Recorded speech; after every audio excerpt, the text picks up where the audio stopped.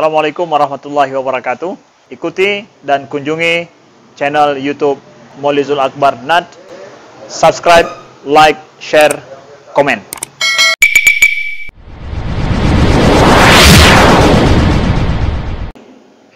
Da'watul aqarib wal jiran wal ikhwani fillah. Yang diutamakan ketika mengundang orang untuk menghadiri walimah, utamakanlah lebih dahulu al-aqarib, yang punya hubungan kerabat.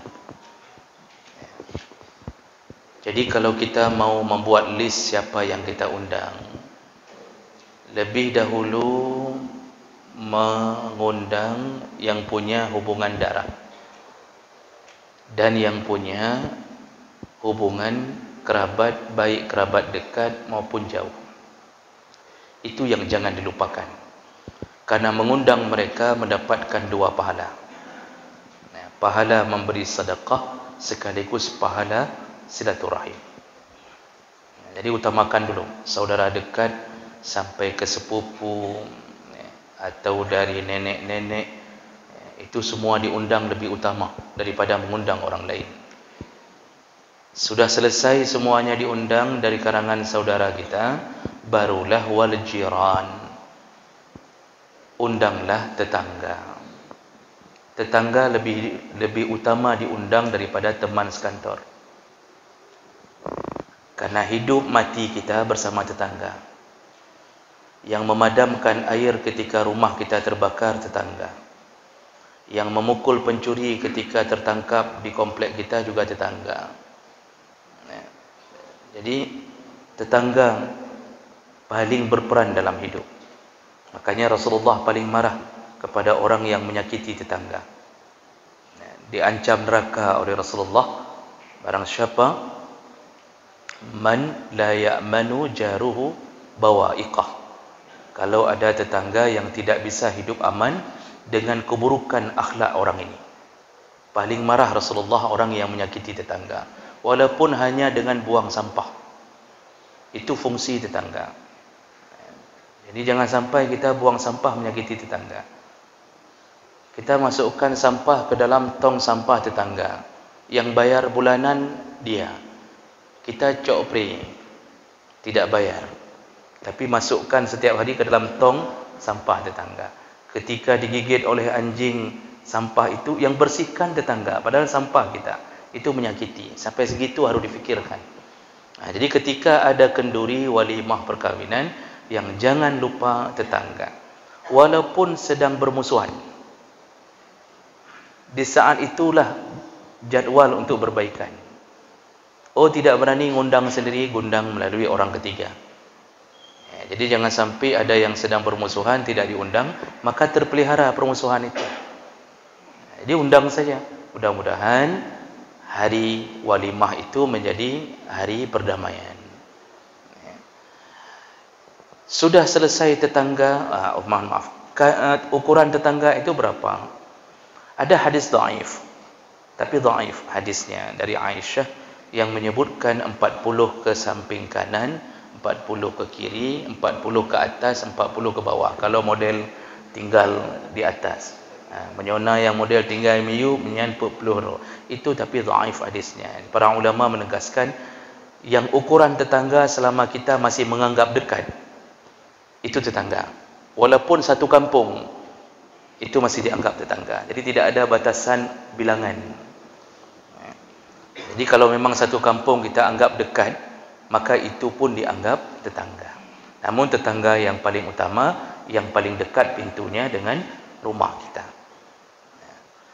Kalau sudah selesai tetangga diundang dalam list, barulah fikirkan al-ikhwan fillah, saudara-saudara yang seiman. Itu baru teman sekantor, teman semasjid, teman sepengajian, teman satu kuliah. Itu baru ke sana dulu. Ini kadang-kadang ada orang ketika buat undangan walimah, itu dulu yang difikirkan. Itu hapus dulu sampai mencukupi. Oh, sudah capai kuota. Sudah sampai kuota, ya, maka orang yang berhak untuk kita hilangkan dalam list adalah yang bukan kerabat dan yang bukan tetangga. Jadi misal kita Kita rencanakan 1000 orang. Rupanya menghitung saudara kita sudah 500 orang. Dari mulai Nabi Adam kita hitung. Sudah 500 orang saudara kita. Hitung tetangga, kampungnya besar sekali. Rupanya 500 orang. Maka yang paling berhak untuk dihilangkan dalam list undangan adalah yang bukan mereka. Itu yang harus dijaga. Nah, jadi jemaah mereka Allah Subhanahu wa taala, orang-orang ini perlu diundang ya, pertama untuk menyaksikan bahawa telah halal yang diharamkan Allah melalui perkahwinan.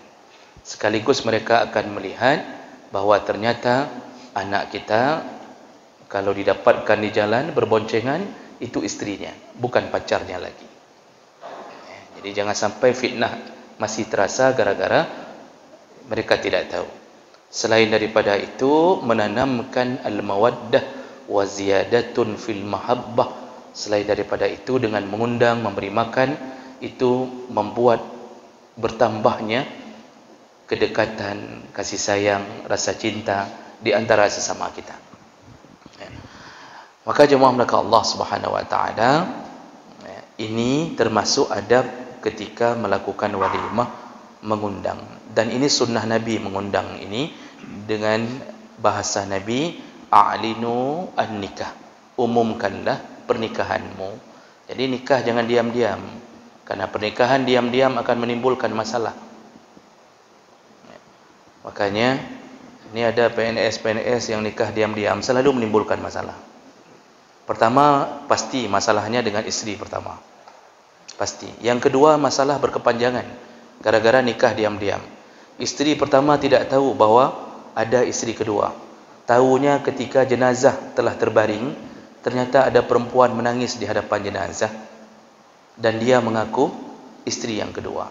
1 jam kemudian datang seorang perempuan lagi mengaku istri ketiga.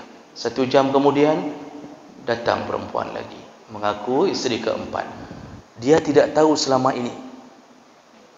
Atau mungkin mereka tidak berani datang. Efeknya apa? Isteri pertama merasa warisan milik keluarganya saja, milik anak-anaknya saja. Rupanya ada anak-anak di isteri yang lain, sehingga terzalimilah mereka tidak dapat warisan. Isteri pertama tidak mau kasih. Kenapa? Merasa tidak ada pemberitahuan bahawa mereka sudah menikah. Dan yang lebih dahsyat lagi kalau sempat pacaran anak dari isteri pertama dengan anak dari isteri yang keempat. Dan lebih dahsyat lagi kalau sempat menikah. Jadi jemaah mereka Allah, berbahaya kalau tidak memberitahu. Di Arab Saudi, dalam salah satu majalah diterbitkan sebuah kasus yang telah divonis di pengadilan. Sepasang pengantin setelah menikah mempunyai 5 orang anak. Ternyata dalam sebuah pembicaraan mereka ketahuan ujungnya, mereka pun tidak tahu dari awal bahawa mereka saudara sepersusuan. Jadi bicara, ditanya mungkin di mana dulu kecil menyusu. Yang ini juga tanya di mana kecil menyusu. Rupanya sepersusuan. Bawa ke pengadilan, langsung diceraikan. Anak ini, 5 orang ini tidak dianggap anak zina karena mereka menikah dalam keadaan tidak tahu. Makanya perlu memberi tahu dalam urusan-urusan seperti ini.